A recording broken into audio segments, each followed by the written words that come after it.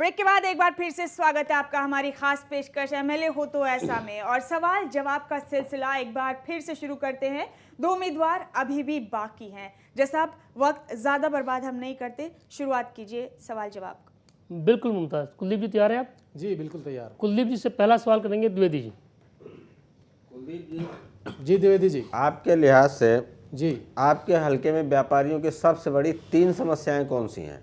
जी द्विवेदी जी, आपने बहुत अच्छा क्वेश्चन किया। जो हमारा क्षेत्र है बादली क्षेत्र, जहाँ से हम इलेक्शन लड़ने की तैयारी में, उसमें पहली बात तो व्यापारी कम है।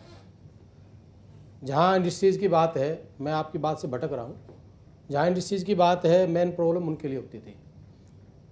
पहली समस्या जो आज एक टैक्स की बात आती थी, जहाँ गवर्नमेंट टैक्स थोप देती थी, वो टैक्स से व्यापारियों को प्रॉब्लम होती है। जी। दूसरी प्रॉब्लम, जहाँ कोई भी अपना उद्योग लगाता है या कोई दुकान करता है या कोई बिजनेस करता है, उसकी कनेक्टिविटी ख़राब होती है, उससे बड़ी प्रॉब्लम होती है। जी।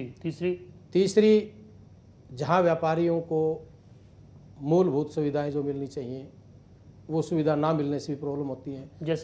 जैसे कि रोडों की कनेक्टिविटी है, बिजली की समस्याएं हैं। मेन उद्योग लगाने वालों के लिए बिजली की समस्या गंभीर प्रॉब्लम होती है। जी। ठीक है, पहला सवाल यहाँ पूरा होता है। और दूसरे सवाल के लिए मैं आग्रह करूँगा मलिक साहब आपसे। वत्स साहब, सार्वजनिक जीवन में खाप पंचायतों की बढ़ती हुई भूमिका के बारे में आपके क्या विचार हैं? जी मलिक साहब, आपने बहुत अच्छा क्वेश्चन किया। देखिए, खाप पंचायतों का जो आज से 25-30 साल पहले जो महत्व था, वो बहुत बड़ा महत्व होता था। पहले लोग शर्म करते थे भी थाने तहसीलों में हम ना जाएं, और उस पंचायतों में एक डिसीजन लिया जाता था बैठ के पंचायतों में कि भी आपस में किसी का कोई झगड़ा होता था, किसी भी प्रकार की जो बातें होती वो पंचायतों में बैठ के उसका समाधान कर दिया जाता था। आज जैसे आपने पहले क्वेश्चन भी किया था कि भी कुछ डिसीजन गलत हुए, मैं बेझिझक होकर इस बात को मानता हूँ, कुछ डिसीजन गलत हुए। पर अगर ये डिसीजन गलत किस तरीके से होते हैं, इसमें जो खाप पंचायत होती हैं उन्होंने पूरे निष्पक्ष होके, निडरता से होके, और पंचायत कहते हैं पंचायत होती है, तो उन्होंने डिसीजन जो लेना चाहिए वो किसी राजनीतिक दबाव में नहीं आना चाहिए, किसी बाहुबली के दबाव में ना आके एक निष्पक्ष और अच्छे फैसले लेती है, तो उसके मायने कुछ अलग होते हैं। तो आपको लगता है कि आज के दौर में भी खाप पंचायतों की ज़रूरत है? जी, ज़रूरत है। जहाँ भाईचारे की बात आती है, जैसे कई दहेज के मुकदमे होते हैं। मैं एक बात और कहना चाहूँगा आज आपको, आर्य जी, कई डिसीजन गलत क्यों होते हैं? नहीं, क्यों भूमिका क्यों ज़रूरी है? ज़रूरी इसलिए है, जैसे छोटे मोटे कोई आपसी डिस्प्यूट हो जाते हैं, कई महिलाओं के दहेज के मामले हो जाते हैं, कई और किसी प्रकार के कोई झगड़े हो जाते हैं, तो कई बार कई गाँव में आपस में मर्डर भी हो जाते हैं। तो अगर हम उस फैसलों को नहीं सुलटाएंगे, उनको नहीं पंचायत में बैठ के उसका नहीं करेंगे, तो आगे उसका महत्व बढ़ता जाएगा और एक न एक अपराध बढ़ते जाते हैं। मैं एक बात और कहना चाह रहा था आज आपको, इस खाप पंचायतों को एक सुझाव भी देना चाह रहा था। जैसे हमारी महिलाओं की बात आती है, खाप पंचायतों में महिलाओं का भी होना चाहिए, महिलाओं को भी सम्मिलित करना चाहिए। अगर नहीं करते हैं, क्योंकि कारण क्या है, कई फैसले महिलाओं के ऊपर ज़्यादा होते हैं। खाप पंचायतों में महिलाओं को, अगर हम महिलाओं को ये बताएंगे नहीं, महिलाओं की बात अगर नहीं पता होगी, तो खाप पंचायत को क्या पता। जी कुलदीप जी, 2 सवाल यहाँ कुलदीप पद से पूरे होते हैं। और तीसरे सवाल के लिए मैं आग्रह करूँगा किशोर अस्थाना जी आपसे। आप ये बताएं कि शिक्षा जो है आपके क्षेत्र में, शिक्षा सबसे ज़्यादा ज़रूरी चीज़ है, आप जानते हैं। जी। आप उससे कितना सेटिस्फाइड हैं, और नहीं हैं तो क्या करेंगे शिक्षा का स्तर प्रणाली बदलने के लिए? किशोर जी, मैं आपकी बात से सहमत हूँ। मेरे क्षेत्र में शिक्षा की कमियां हैं कुछ। अगर मैं एमएलए बनता हूँ, सबसे पहले जो निजीकरण स्कूलों का हो रहा है, आज प्राइवेट स्कूल ले लो या गवर्नमेंट स्कूल ले लो, स्कूलों में टीचरों की कमी है, मैं इस बात को बिल्कुल मानता हूँ। दूसरा, जहाँ प्राइवेट स्कूलों की बात है, उसमें आजकल गरीब जो आदमी है वो अपने बच्चों को एजुकेशन नहीं दिला सकता, क्योंकि उनकी फीसें इतनी मोटी मोटी हो गई। मेरी जो सोच है, प्राथमिकता मैं एजुकेशन को देता हूँ, क्योंकि अगर एजुकेशन नहीं है तो वो क्षेत्र भी, वो गांव भी कभी विकसित नहीं हो सकता। एजुकेशन बहुत ज़रूरी है। एजुकेशन अगर नहीं है तो नहीं, कुछ आप भी करेंगे क्या? मैं ये करूँगा, मेरी अपनी सोच है कि एजुकेशन, जैसे प्राइवेट स्कूल है, प्राइवेट स्कूलों का भी कोई ना कोई गठन ऐसा किया जाए, कोई ऐसी पॉलिसी बनाई जाए जिससे बच्चों को और इलाके को फ़ायदा मिले। आज हमने देखा है कि गरीब बच्चे अच्छे हैं पढ़ाई में, पर पैसे की वजह से वो नहीं पढ़ पाते। जहाँ गवर्नमेंट स्कूलों की बात है, गवर्नमेंट स्कूलों में टीचरों की कमी है। टीचर अगर हम पूरे देंगे, और पहले आप और हम जो इतने बड़े हुए, कोई IAS बना, कोई IPS बना, वो प्राइवेट स्कूलों से नहीं, गवर्नमेंट स्कूलों से बना था। पर कारण क्या, आज का जो सबसे बड़ा मोटो और सबसे बड़ी कमी है, टीचरों की कमी है। टीचरों की कमी को मैं दूर करूँगा, और मेरी प्राथमिकता यही रहेगी कि बच्चों को अगर अच्छे टीचर स्कूल में होंगे तो शिक्षा अच्छी मिलेगी। तकनीकी शिक्षा आपके क्षेत्र में? तकनीकी शिक्षा की भी हमारे क्षेत्र में कमी है जी। उसके लिए भी मेरे ये सोच है कि हम तकनीकी शिक्षा भी जरूर दें। लघु उद्योग जैसे हम लगाते हैं, तो अगर हमारे बच्चे तकनीकी शिक्षा लेंगे तभी, चाहे कोई इंडस्ट्रीज़ की बात हो या किसी जॉब की बात हो, तभी आगे आएंगे इस बात। जी कुलदीप जी।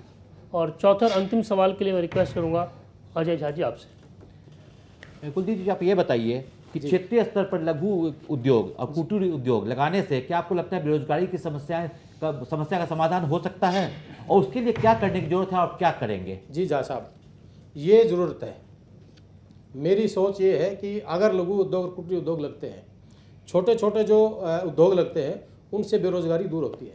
उसमें ये नहीं कि कोई युवा ही लगेंगे, उसमें हमारी बहन बेटी है, हमारी महिलाएं हैं। जैसे मोमबत्ती का उद्योग लगा लिया, किसी ने बिस्किट बनाने का लगा लिया। हमारा दिल्ली के सटा हुआ हमारा हल्का है, तो उसमें अगर छोटे लघु उद्योग लगेंगे तो हमारी बेरोजगारी अवश्य दूर होगी। क्या करेंगे उसके लिए आप अपने? उसके लिए अगर मैं MLA बनता हूँ तो मेरी ये सोच है, ये मैंने पहले गांव में घूम के देखा है, मैंने एक हल्के में एक घर में जाके देखा कि बेरोजगारी की वास्तव में समस्या है सबको। आज कोई मैं MLA भी बन जाऊँ, मैं झूठ की बात नहीं करता, अगर मैं MLA बन जाऊँ, मैं कह दूँ मैं सबको नौकरी दिला दूंगा, गवर्नमेंट नौकरी दिला दूंगा, ये कभी भी पॉसिबल नहीं हो सकता।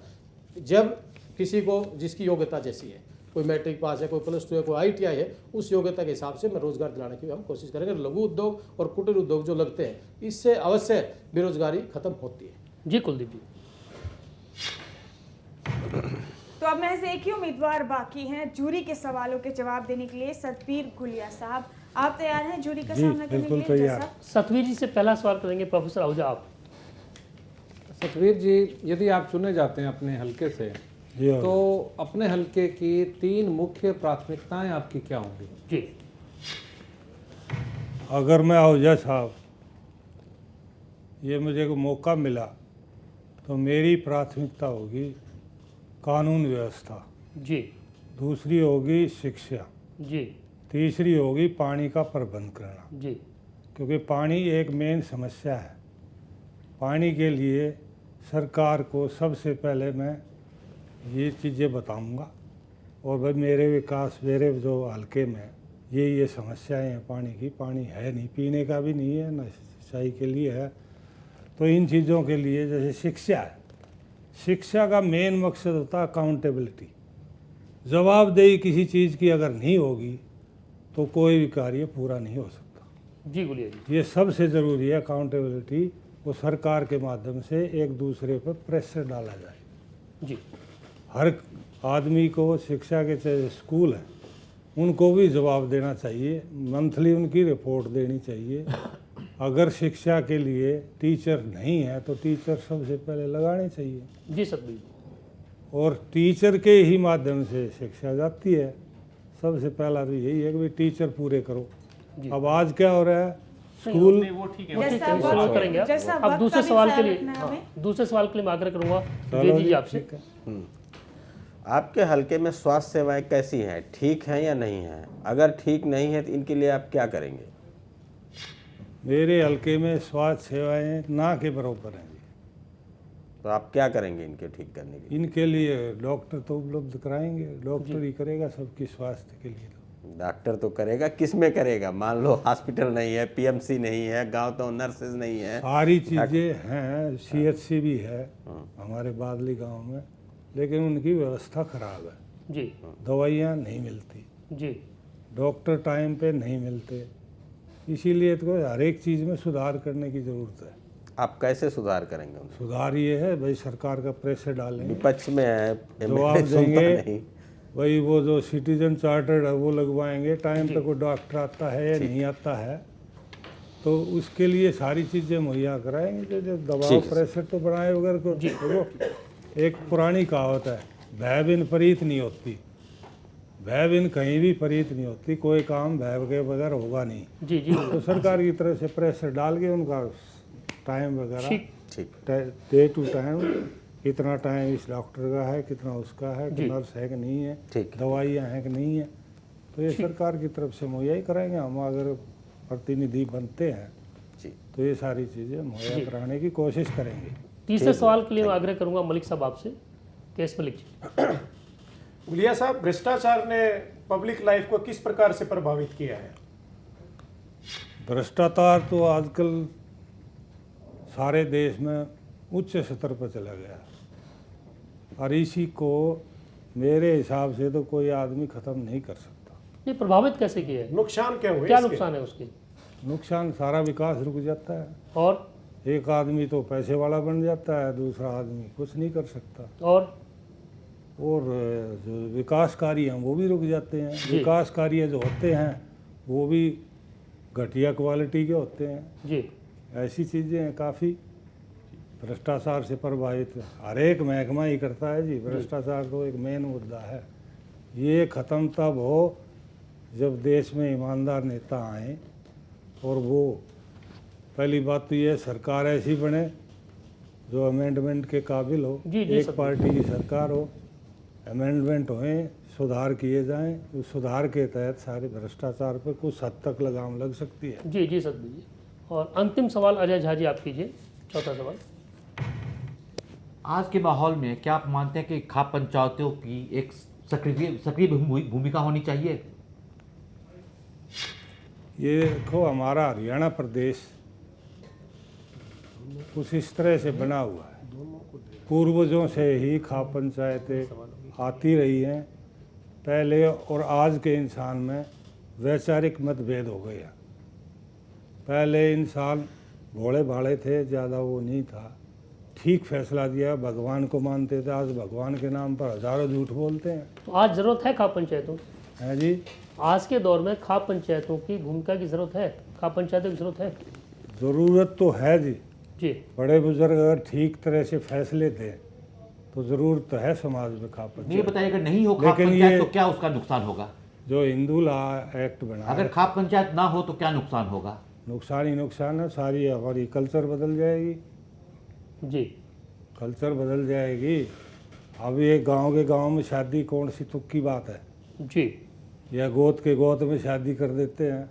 अब ये एक्ट तो बोलते हैं इसी तरह की बात, जी। संविधान भी हमारा इसी तरह बोलता है।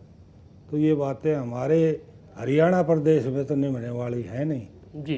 बाकी और कहीं हो जाती होगी, हम उस पर ध्यान क्यों देंगे। ठीक है गुलिया जी। ठीक है जी। जी। और बोलो जी।